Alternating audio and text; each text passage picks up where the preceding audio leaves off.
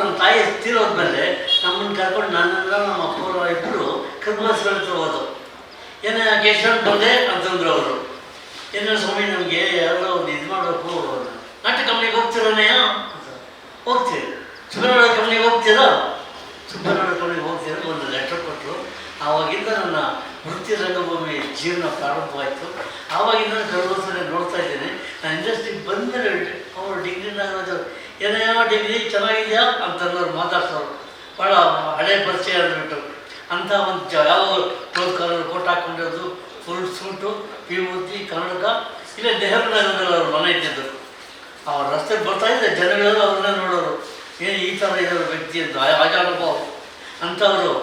ಹೊರಗಡೆ ಇವತ್ತಿನೇನು ಕಂಠೀರವ ಸ್ಟುಡಿಯೋ ಸ್ಥಾಪಿತ ಕಟ್ಟಿದಂಥವರು ಅವರು. ಈಗಿನ ಪೀಳಿಗೆಯವರಿಗೆ ಗೊತ್ತಾಗಬೇಕು ಈ ಸ್ಟುಡಿಯೋ ಕಟ್ಟಿದ್ದ್ಯಾರು, ಏನು, ಯಾವಾಗ, ಎಂಥ, ಇದೆಲ್ಲ ವಿಚಾರ ತಿಳ್ಕೊಳ್ಬೇಕು ಅಂತಂದರೆ ಅವ್ರ ಪುತ್ಥಳಿ ಅನಾವರಣ ಮಾಡಬೇಕು. ಹಾಗಾಗಿ ಅವ್ರ ವಿಚಾರನೆಲ್ಲ ಇಡೀ ಕರ್ನಾಟಕ ಜನತೆ ಮತ್ತೊಮ್ಮೆ ತಿಳಿಸ್ಬೇಕು. ಮರ್ತೋಗ್ಬಿಟ್ಟಿದ್ದಾರೆ ಭಾಳ ಜನ. ಹಾಗಾಗಿ ಅವರ ಪುತ್ಥಳಿನ ಅನಾವರಣ ಮಾಡಿ ಅವರ ಜ್ಞಾಪಕಿಸ್ತಿದ್ದಾರೆ. ಒಂದು ದೊಡ್ಡದು ಒಂದು ಬೋರ್ಡ್ ಇಟ್ಟು ಅಲ್ಲಿ ಅವರಿಗೆ ಪ್ರತಿ ದಿವಸ ನಮಗೆ ಒಂದು ಗಮನ ಸಲ್ಲಿಸಬೇಕು ಅಂತ ನಾನು ಸರ್ಕಾರದವ್ರಿಗೆ ಕೇಳ್ಕೊಳ್ತೀನಿ.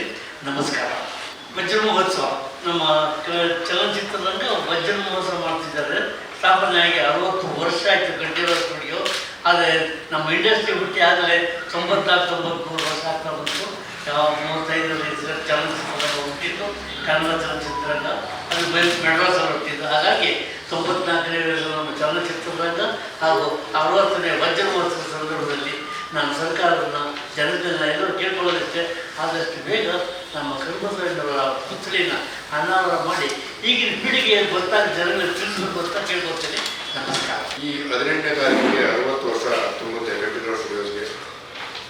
ಕನ್ನಡ ಚಿತ್ರರಂಗ ಸುಮಾರು 6 ದಶಕಗಳಲ್ಲಿ ಕಂಠೀರವ ಸ್ಟುಡಿಯೋದಲ್ಲಿ ಏನೇನು ಚಿತ್ರೀಕರಣಗಳು ಮಾಡಿದ್ದಾರೆ ಅದಕ್ಕೆಲ್ಲ ಸಂಸ್ಥಾಪಕರು ನಮ್ಮ ಚಿತ್ತೂರಿನ TS ಕರಿಬಸಯ್ಯನವರು.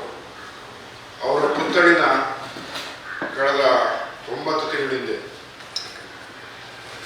ಕಂಠೀರವ ಸ್ಟುಡಿಯೋದಲ್ಲಿ ಒಂದು ಮನವಿಯನ್ನು ಕೊಟ್ಟಿದ್ರು ಕೂಡ ಇವತ್ತಿನವರೆಗೂ ಆ ಪುತ್ಥಳಿ ಅನಾವರಣ ಮಾಡಿಲ್ಲ. ಕಂಚಿನ ಪ್ರತಿಮೆಯನ್ನು ಇಟ್ಟಿದ್ದಾರೆ, ಅದನ್ನು ಟಾರ್ಪಲ್ ಮುಚ್ಚಿದ್ದಾರೆ. ಅವರ ನೆನಪಿನಾರ್ಥ ಒಂದು ವಜ್ರ ಮಹೋತ್ಸವ ಮಾಡಿ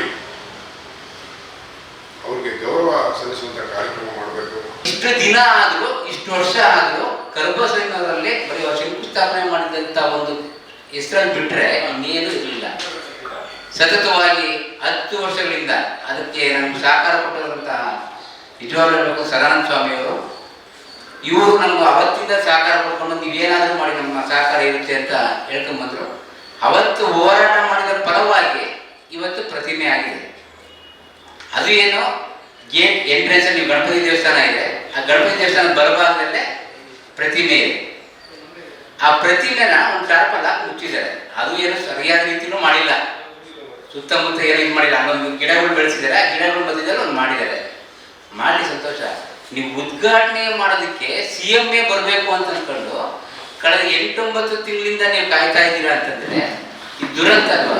ಯಾರಾದರೂ ಮಾಡಲಿ ಸ್ವಾಮಿ, ನಮ್ಮ ಇಂಡಸ್ಟ್ರಿಯನ್ನು ಕರೆದಾಗ ಮಾಡಿಸಿ. ಇಲ್ಲ ನೀವು ಅಲ್ಲಿ ಅಧ್ಯಕ್ಷರು ಅಂತ, ಈಗ ಮೊಹಮ್ಮದ್ ಪಾಷಾ ಅಂತ ಜಾಫರ್ ಶರೀಫ್ ಅವರ ಅಕ್ಕನ ಮಗ, ಅವರು ಇವತ್ತು ಕಂಠೀರವ ಸ್ಟುಡಿಯೋಗೆ ಅಧ್ಯಕ್ಷರಾಗಿದ್ದಾರೆ.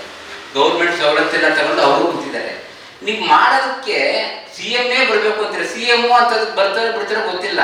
ನೀವೇ ಕರ್ಸಕ್ಕಾಗಿಲ್ಲ ಅಂದರೆ ಇಂಡಸ್ಟ್ರಿಗೆ ಯಾರೋ ಒಬ್ಬ ಹಿರಿತರೆ ಖರ್ಚು ಮಾಡಿ, ಇಲ್ಲಿ ಹಿಂಗೆ ಯಾರು ಕರ್ಸಾದ್ರೂ ಮಾಡ್ಬೋದಲ್ಲ.